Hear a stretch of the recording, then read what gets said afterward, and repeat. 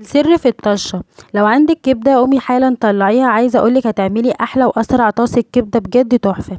ريحتها هتجيب اخر الشارع وطعمها مش هيفرق حاجه عن المحلات الكبيره، عايزه اقولكوا بجد واو. شايفين الجمال والحلاوه؟ عايزه اقولك هتبقى جوسي وطريه معاكي، مش هتشد خالص، حاجه بجد اختراع. يلا نبدا بسم الله ونشوف هنبتدي وصفتنا ازاي. اول حاجه هجيب عندي نص كيلو كبده كندوز، طبعا لازم اغسلها بليمونتين كبار بالشكل ده كده علشان اتخلص من اي حاجه في الكبده تكون مش كويسه زي ما انتم شايفين كده. بسم الله ما شاء الله. بعد كده هجيب عندي طاسه اسخنها كويس جدا فيها شويه من الزيت. بعد كده هجيب حوالي 5 فصوص من الثوم، هقطعهم تقطيعه صغيره بالشكل ده كده وابتدي بقى اشوحهم. عايزه اقول لكم بجد السر فعلا في الطشه دي بجد تحفه جدا، بتبقى ريحتها في منتهى الجمال. هي دي بقى التركايه والسر بتاعت عربيات الشارع. عايزه اقول لكم بجد ريحتها بتبقى جباره. في الوقت ده بقى هجيب حوالي 3 حبات فلفل سبايسي، لو انت عايزاهم سبايسي او اخضر او فلفل الوان المتوفر عندك. هبتدي بقى اقطعهم بالشكل ده كده، بس طبعا الكبده بتحب السبايسي.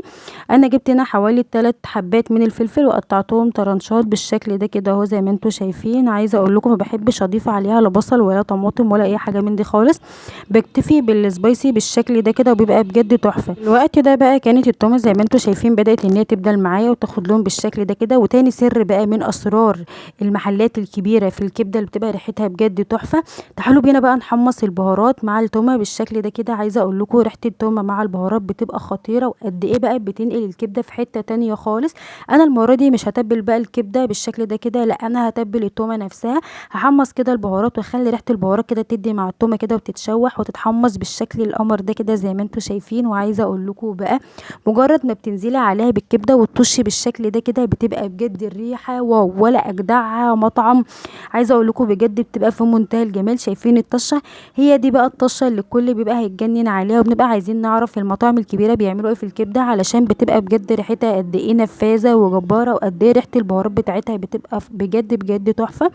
بعد ما حمصت البهارات مع التومه بالشكل ده كده ونزلت بقى بالكبده بتاعتي، عايزه اقول لكم على نار عاليه جدا ابتدي بقى اقلبها بالشكل ده كده علشان الكبده كلها بتاعتي عشان تتشوح بالشكل ده كده على نار عاليه. عايزه اقول لكم بقى في الوقت ده كده هنحط بقى الملح بتاعنا. تقدري تظبطي الملح اللي انت عايزاه. انا حطيت هنا معلقه كبيره من الملح زي ما انتم شايفين. وطبعا الكبده زي ما قلت لكم على نار عاليه جدا وكل شويه بقلبها بالشكل ده كده. هبتدي بقى اطفيها بمعلقه كبيره من الخل. عايزه اقول لكم برده بيخلي ريحه الكبده كويسه جدا، وقد ايه بيخلي الكبده يعني تتخلص من الزفاره او اي حاجه مش كويسه، بجد بيخلي ريحتها جميله. بعد كده بقى ضفت الفلفل سبايسي اللي احنا قطعناه مع بعض، وابتدي بقى اقلب تقليبه والتانيه بالشكل القمر ده. وكانت الكبده بسم الله ما شاء الله في منتهى الجمال وخلصت معايا، ما اخدتش معايا حوالي 5 دقايق وكانت طالعه بمنتهى الجمال. وقد ايه كانت جوسي وطريه ولا بتشد ولا نشفت معايا ولا اي حاجه خالص، بجد كان طعمها في منتهى الجمال وكانت ريحتها نفاذه زي ما انتم شايفين كده. بسم الله ما شاء الله. هجيب بقى عيش بلدي واحط فيه بقى جرجير. عايزه اقول لكم بجد واملي بقى الرغيف كده ودلعيه بقى كبده. عايزه اقول لكم قد ايه كانت جميله جدا وريحتها بجد كانت تحفه. تقدري بقى تضيفي عليها معلقتين كده من الطحينه، اعملهم بقى احلى سلطه طحينه مع جرجير مع مخلل. عايزه اقول لكم شويه بطاطس، بجد اكله في منتهى الجمال.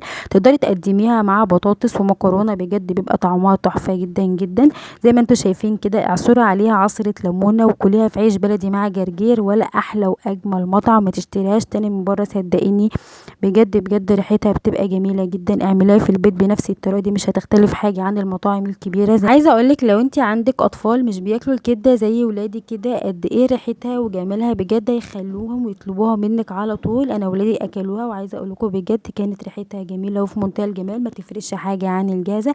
وطبعا لو عجبكم الفيديو ادعمونا بلايك للفيديو واشتراك بالقناه، فهذا يدعمنا كثيرا.